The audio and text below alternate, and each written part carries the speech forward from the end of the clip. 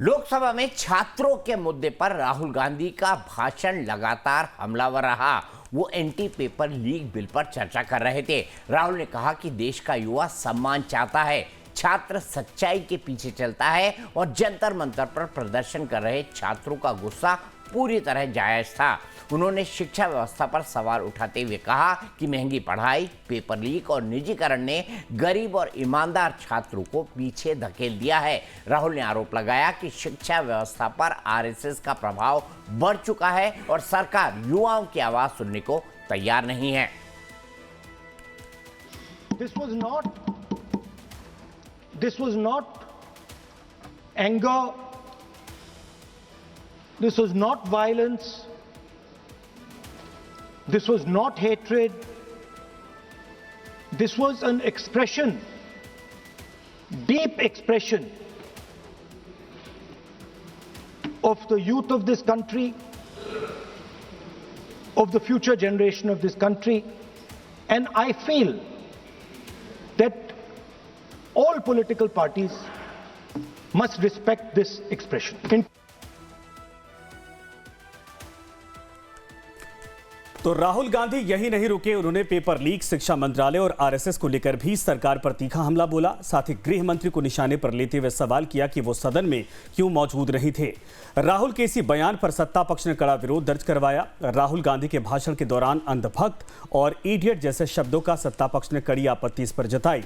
संसदीय कार्य मंत्री किरेन रिजिजू तुरंत खड़े हुए और इसे असंसदीय भाषा करार देते हुए राहुल गांधी से माफी मांगने की मांग की। रिजिजू ने कहा कि छात्रों के नाम पर किसी भी तरह की असंसदीय भाषा स्वीकार नहीं की जाएगी और गृह मंत्री पर लगाया गया आरोप भी तथ्यों से परे है। रिजिजू ने राहुल गांधी के उस टिप्पणी पर भी कड़ा विरोध जताया जिसमें गृह मंत्री पर फायरिंग का आदेश देने का आरोप लगाया गया था। उन्होंने कहा कि यदि राहुल के पास ऐसा कोई आदेश है तो सदन में पेश करे, अन्यथा अपने शब्द वापस ले और माफी मांगे।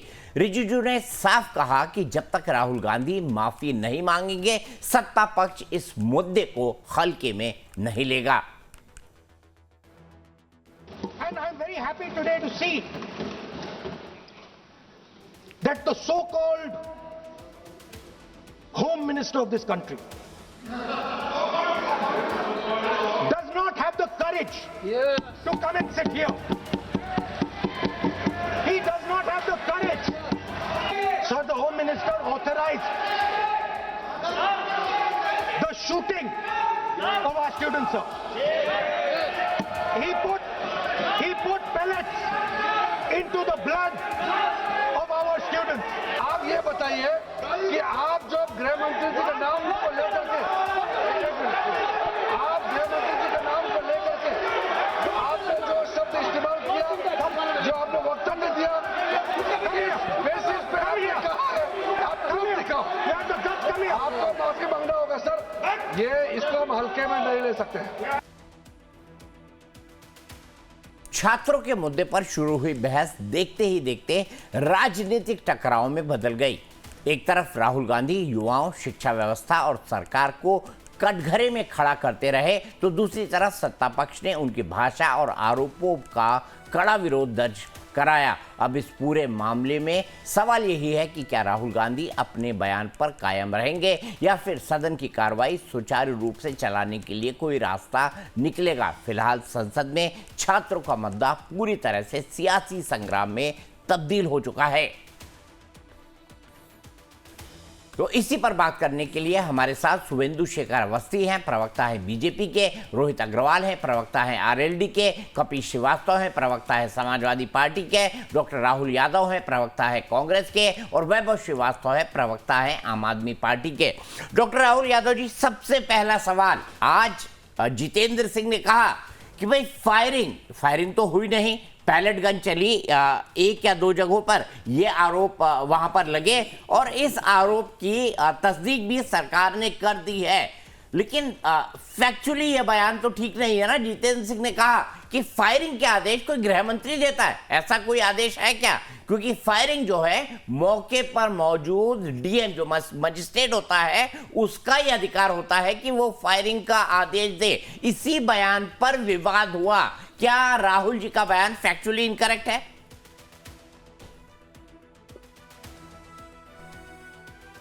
अनम्यूट कर लीजिए डॉक्टर साहब।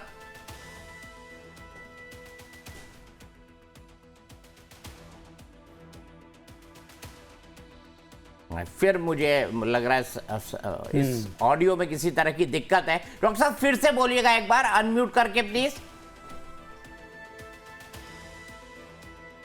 चलिए, यही सवाल कपिल श्रीवास्तव जी से। कपिल जी, आपने सवाल सुना, मैं आपसे जवाब चाहूंगा क्योंकि अखिलेश यादव जी भी इस पर बोले और आज आपकी पार्टी ने चढ़ावा चोरी की भी बात कही है, उस पर भी आएंगे। पर आप बताइए कि भाई फायरिंग का आदेश तो मौके पर मौजूद मजिस्ट्रेट देता है, गृह मंत्री नहीं। बहुत ठीक बात कह रहे हैं दीपक भाई। जब राम मंदिर पर फायरिंग की बात आती है तब आप ही लोग भारतीय जनता पार्टी से मानने के लिए तैयार नहीं होते और कहते हैं नहीं, नेताजी ने आदेश दिया था गोली चलाने के लिए। और अब उल्टी वकालत चल रही है यहां पर यह वकालत चल रही कि नहीं, गृह मंत्री आदेश नहीं देता है, वो तो कार्यपालक अर्ध न्यायिक मजिस्ट्रेट देता है परिस्थितियों को देखते हुए। तो बिल्कुल बीएनएसएस के अंदर यही प्रावधान है कि कोई मंत्री आदेश नहीं देता है। आदेश तो हमेशा अर्ध न्यायिक मजिस्ट्रेट देख करके देता है। लेकिन जरा अर्ध न्यायिक मजिस्ट्रेट से पूछिएगा क्या वहां यथास्थिति बनाए रखने का कोई आदेश था? भाई सिर्फ वहां एक धारा 144 या किसी यानी बीएनएसएस के अंदर जो धारा 144 है वो लागू हो रही है। वहां पे कोई ऐसी तो एक्टिविटीज थी नहीं कोई की जो है किसी चीज को नुकसान पहुंचाने जा रहे हो या किसी के जान को खतरा हो कि अर्ध न्यायिक मजिस्ट्रेट परिस्थितियों को देखते कैसा पीलेट गन मारना। अरे पीलेट गन नहीं चला सकते हैं, अवैध हथियार है। इंटरनेशनल कानून ने भी इसे घोषित किया है कि कोई भी व्यक्ति किसी पर नहीं चला सकता है, दुश्मन पे भी पीलेट गन नहीं चलाया जा सकता है। जो अमित शाह की पुलिस हमारे बच्चों पर चलाती है, आप मुझे यह बताइए कि जो हमारी पुलिस पीलेट गन का यूज की 7 राउंड की और पुलिस जीडी दर्ज है दिल्ली थाने में कि कौन कौन से वेपन्स निकले हैं, किसका किसका यूज हुआ है और कितने राउंड चीजें चली, ये पुलिस जीडी में दर्ज है। अब आप झुठला नहीं सकते हैं। बात इसकी नहीं है कि कौन किसने कैसे चलाया। भाई दायित्व तो अमित शाह का बनता है ना। ठीक है, अवस्थी जी से जवाब ले लेते हैं। अवस्थी जी बताइए, क्या दायित्व तो गृह मंत्री का नहीं बनता? और राहुल गांधी ने बात कही तो विपक्ष के तमाम लोग कह रहे हैं कि इसमें गलत क्या है? अवस्थी जी।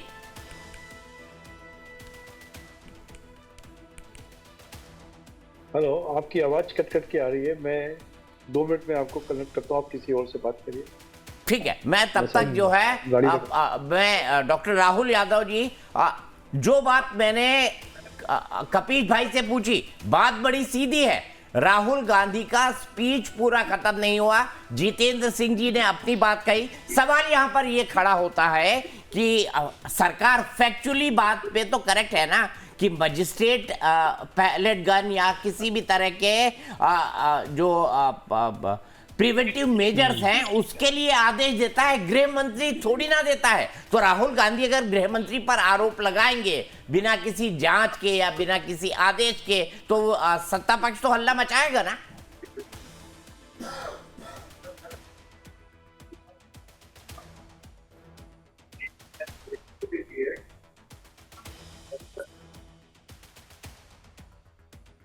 डॉक्टर साहब को दिखाइए, क्या डॉक्टर राहुल यादव की आवाज आ रही है? एक बार चेक करिए।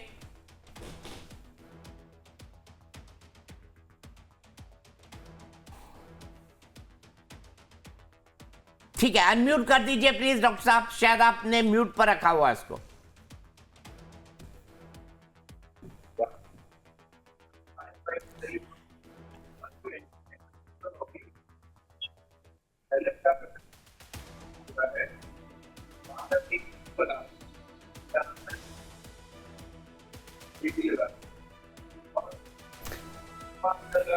आवाज लग रहा है डॉक्टर राहुल की आ नहीं रही है ठीक से, दोबारा सर कनेक्ट करवाते हैं हम आपको। लेकिन अब ये सवाल तो है क्योंकि सदन में जिस बात को लेकर, जिस बिल को लेकर चर्चा हो रही थी, उस बिल के साथ ये भी मुद्दा बड़ा होता जा रहा है कि आखिर यह आदेश किसके कहने पर था। पूरे दिन भर हंगामा होता रहा। सर दीपक सर, बिल तो पास हो गया, कम से कम ये हुआ है। लेकिन इसका जवाब मुझे लगता है कि सड़क से लेकर संसद तक बड़ा बहुत विकराल रूप लेता दिखाई देगा। तो हम बात कर रहे हैं आज संसद के अंदर जो कुछ हुआ। विपक्ष के नेता राहुल गांधी बोले, उन्होंने मूर्ख शब्द का इस्तेमाल किया जिसको लेकर बड़ी आपत्ति हुई। इसके अलावा उन्होंने कहा कि गृह मंत्री ने जो कुछ बल प्रयोग छात्रों के खिलाफ किया गया, इनफैक्ट उन्होंने फायरिंग शब्द का इस्तेमाल किया, उसको ऑथराइज गृह मंत्री ने किया था। उनके कहने पर यह सब हुआ, जिसके बाद काफी हंगामा सदन के अंदर हुआ। राहुल गांधी से किरण रिजिजू ने कहा कि वो अपने इस बयान के लिए माफी मांगे, क्योंकि कोई होम मिनिस्टर, ये बात जितेंद्र सिंह ने कही,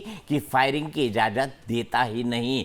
शुभेंदु शेखर अवस्थी बीजेपी के प्रवक्ता हमारे साथ हैं, रोहित अग्रवाल आरएलडी के प्रवक्ता हमारे साथ हैं, कपिल श्रीवास्तव समाजवादी पार्टी के प्रवक्ता हमारे साथ हैं, डॉक्टर राहुल यादव प्रवक्ता कांग्रेस के हमारे साथ हैं, और वैभव श्रीवास्तव प्रवक्ता आम आदमी पार्टी के हमारे साथ हैं। तो डॉक्टर राहुल यादव, उम्मीद कर रहा हूं कि अब आपकी आवाज ठीक हो गई होगी, आपका कनेक्शन ठीक हो गया होगा। सरकार की इस मांग को आप कितना जायज मानते हैं कि राहुल गांधी को गृह मंत्री के बारे में इस तरह का बयान नहीं देना चाहिए, क्योंकि फैक्चुअली ये ठीक नहीं है?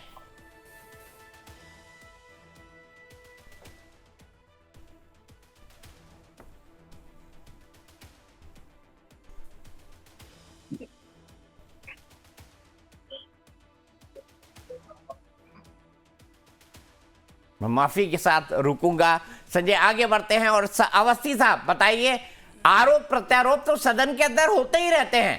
पॉलिटिकल पार्टी एक दूसरे पर आरोप प्रत्यारोप लगाती ही हैं, और विपक्ष का नेता ये करेगा भी। अगर राहुल गांधी ने सरकार पर आरोप लगाया तो इस पर सत्ता पक्ष को इतनी आपत्ति क्यों थी? देखिए, सबसे पहला तो आपके चैनल के माध्यम से मैं सबको बताना चाहता हूं,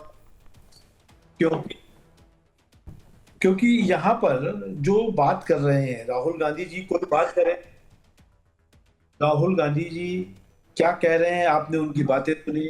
उन्होंने फायरिंग की बात करी, उन्होंने ये बात करी कि ऐसे शब्दों का प्रयोग किया जो संवैधानिक नहीं है। मेरे को लगता है जब विषय पर कोई तैयारी नहीं होती है तो इस तरीके के शब्दों का प्रयोग किया जाता है।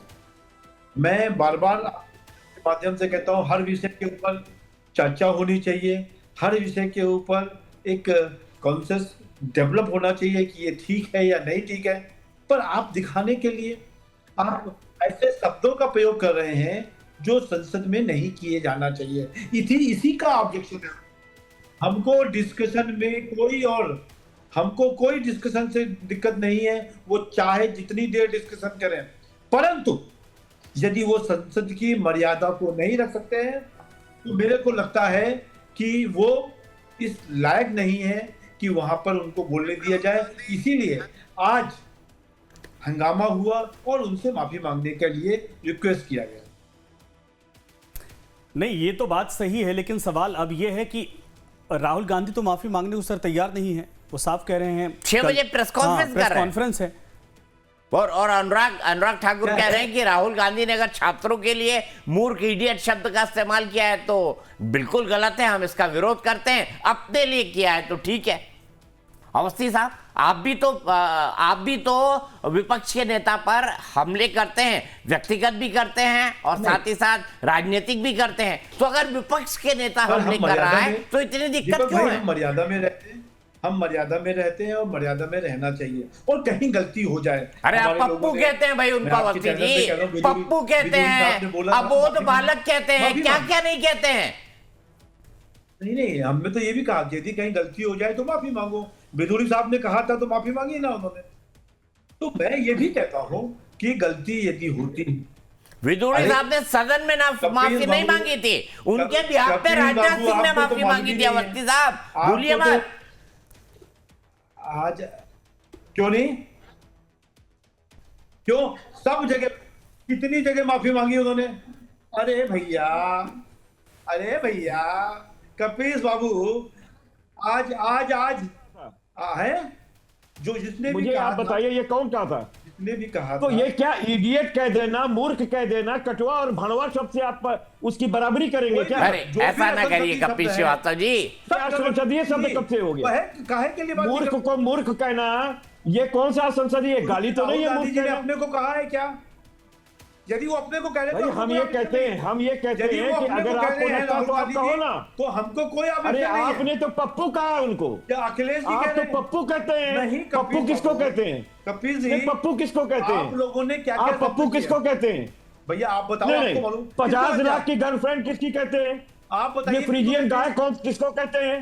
भैया ये कपिल जी गूंगी बताइए, पप्पू ये किसको जो कहते हैं? गवार महिला किसको कपिल कहते जी, हैं आप? कपिल जी, मुझे पप्पू बताइए किसको ये कहते हैं? बरसाती पहन के कौन नहाता है? पप्पू ये सुनिए, बरसाती पहन के पप्पू कौन किसको नहाता कहते है? हैं? कपिल जी बता दो, हमको नहीं मालूम है, चैनल पे बताइए। दुनिया पप्पू को किसको मालूम कहते है, हैं? आप गूगल कर लो, आपको अपने आप पता चल जाएगा। नहीं, उसी को कहते हैं जिसको मैं- उन्होंने सीधे मूर्ख कह दिया। भैया ठीक इस है, समय अमित शाह ही पप्पू हैं।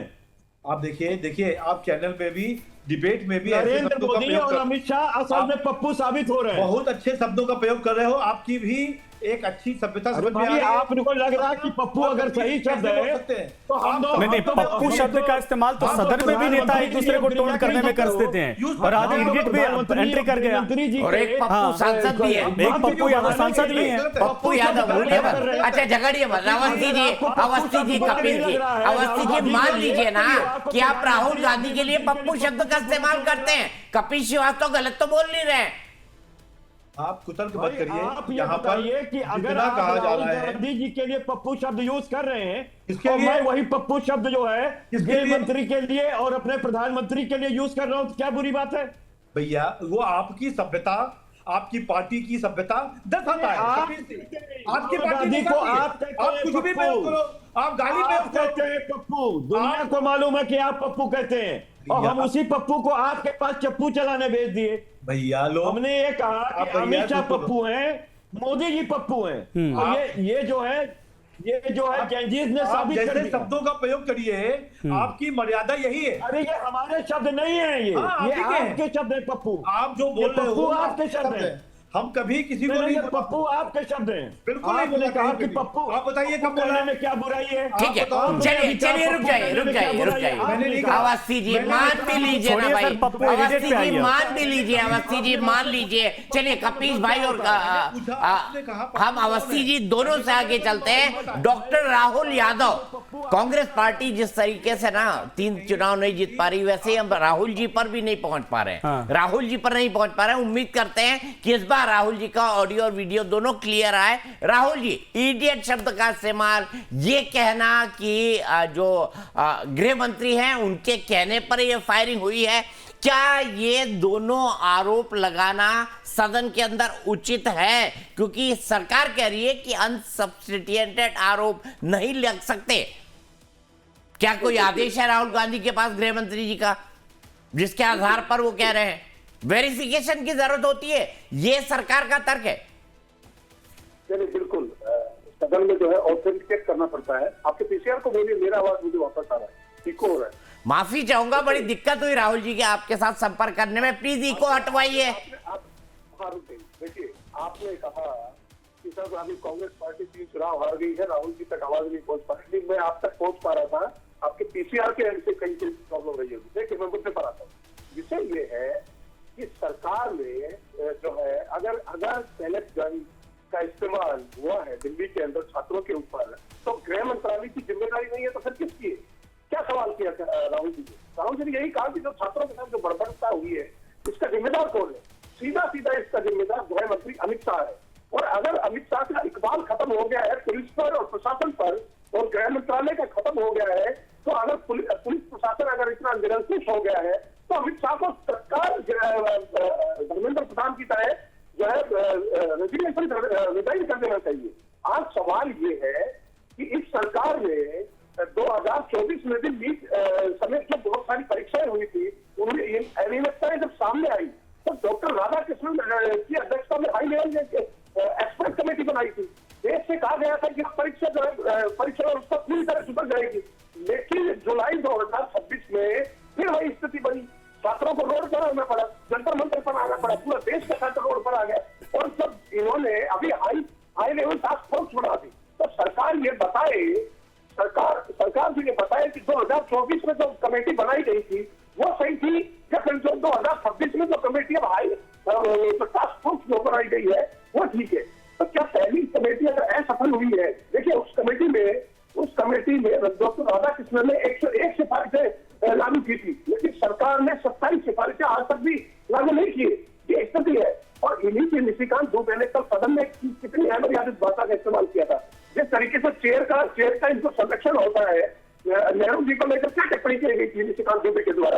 कंगना रनौत इस जनरेशन को क्या कहती है कि ये गठन की जनरेशन है।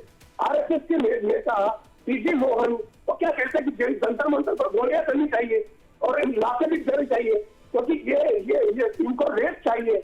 और उन्होंने कहा था लड़कियों को लेकर कि because they are rape loving girl, इस तरीके की बातें इनकी तरफ से आ रही है।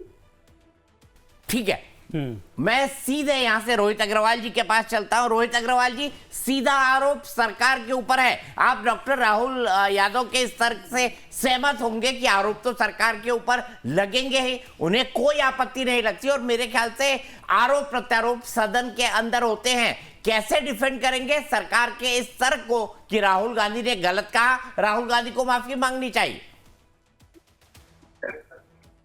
भाई, सबसे पहला सवाल दीपक जी ये है कि जिन पुलिस वालों के ऊपर हमला हुआ, जानलेवा हमला हुआ, वो किसने किया? दूसरा सवाल ये है जो प्रधानमंत्री को भद्दी गाली दी वो किसने दी? और तीसरा सवाल ये है कि देश विरोधी ताकतों के साथ जो लोग खड़े हुए थे वो कौन थे? अब आप चाहते हैं कि सदन के अंदर लोगों को घुस देने दिया जाए और पुलिस उसके ऊपर कार्रवाई ना करे। मतलब सदन की तरफ आप बढ़ रहे हैं जहां पे सत्ता के भी सांसद हैं, विपक्ष के भी सांसद हैं, और वहां पे अगर हम सुरक्षा मेंटेन नहीं करेंगे तो दिक्कत किसको होगी? तो ऐसी स्थिति में कानून व्यवस्था को हाथ में लेने वालों के ऊपर कार्रवाई तो होनी ही थी, उसको कौन डिनाई कर सकता है? दूसरी बात यह है कि जो गांधी परिवार है वो अपने आप को राजा समझता है, वो ये समझता है कि देश उनकी जागीर है। उनको शायद लगता है कि यहाँ पे अभी भी राजतंत्र है और किसी गरीब माँ का बेटा प्रधानमंत्री नहीं बन सकता है, किसी गरीब माँ का बेटा किसी भी ओहदे पे नहीं बन सकता है। जो भी व्यक्ति किसी भी पद पे होगा वो उनके दया पात्र ही हो सकता है। इसीलिए इस तरीके की भाषा का प्रयोग राहुल गांधी सदन के अंदर करते हैं। मुझे बताइए ना, इतिहास के अंदर कोई भी अगर ऐसी घटना बताइए जिसमें सदन के अंदर किसी प्रधानमंत्री के लिए इस तरीके की भाषा का प्रयोग किया गया हो। तो एक गरीब माँ के बेटे के लिए इस तरीके की भाषा का प्रयोग क्यों किया जा रहा है? ये साफ तौर पे दिखाता है कि आप अपने आप को राजा समझते हैं और आपको लगता है कि जो प्रधानमंत्री बैठा हुआ है वो आपका जवाबदेह है और आपका बंधुआ मजदूर है, इसलिए आप इस तरीके की भाषा का प्रयोग करते हैं। ये शर्मनाक है। देश के लोकतंत्र के लिए इससे ज्यादा शर्मनाक घटना नहीं हो सकती है कि राहुल गांधी प्रधानमंत्री के लिए इस तरीके के शब्दों का प्रयोग करते हैं। और आप क्या नजीर सेट करना चाहते हैं? जनता तो आपको वोट देती नहीं है। दूसरे के सजाए हुए मंच को हाईजैक करने की आप कोशिश कर रहे हो। भाई, बच्चों ने मंच सजाया, उसको आपने बर्बाद कर दिया, अपने गुंडों को भेज के, लठैतों को भेज के, गालियां दिलवा के आपने उस मंच को तो बर्बाद कर दिया। जो बच्चों की जो भी मांगे थी, जो भावना थी, वो सरकार ने उसका आदर किया और यहां तक कि अपने केंद्रीय मंत्री तक का इस्तीफा ले लिया। परंतु अब आपको नया मंत्री भी नहीं भा रहा है और आपको भी जनता को जवाब देना पड़ेगा ना कि एक पिछड़े समाज से आने वाला कुर्मी मंत्री, आपको क्या दिक्कत थी उससे? बात तो आप पीडीए की करते हो और वहां पे कुर्मी समाज से आने वाले एक मंत्री से आपको क्या समस्या थी? कौन सी चीज के अंदर, पेपर लीक के अंदर धर्मेंद्र प्रधान सीधे तौर पे लिप्त थे? भाई, आपने 50 सालों में कितने आपके मंत्रियों ने इस्तीफा दिया और जिन्होंने दिया उनके ऊपर सीधे आरोप थे। तो धर्मेंद्र प्रधान के ऊपर कोई भी सीधा आरोप नहीं था, लेकिन सिर्फ वो कुर्मी समाज से आते थे, पिछड़ा समाज से आते थे, इसलिए आपको तकलीफ थी और आपने उनके खिलाफ षड्यंत्र रच के आपने उनको इस्तीफा देने पे मजबूर किया। ठीक है, मैं सीधे कपिल श्रीवास्तव जी हाथ उठा रहे हैं, मैं उनके पास जरूर जाऊंगा, लेकिन उससे पहले आम आदमी पार्टी में एक भी बार वैभव श्रीवास्तव जी के पास नहीं गया। वैभव जी, ये बात तो सच है ना कि छात्रों की तरफ से जो आंदोलनकारी थे, और हमने रील्स में देखा प्रधानमंत्री को, सरकार को, शिक्षा मंत्री को मां बहन और पता नहीं कैसी कैसी लैंग्वेज का इस्तेमाल किया गया प्रदर्शन के नाम पे। देखिए, भाषा पे हम अगर बात करते हैं दीपक जी, तो 3/4 बीजेपी खाली हो जाएगी।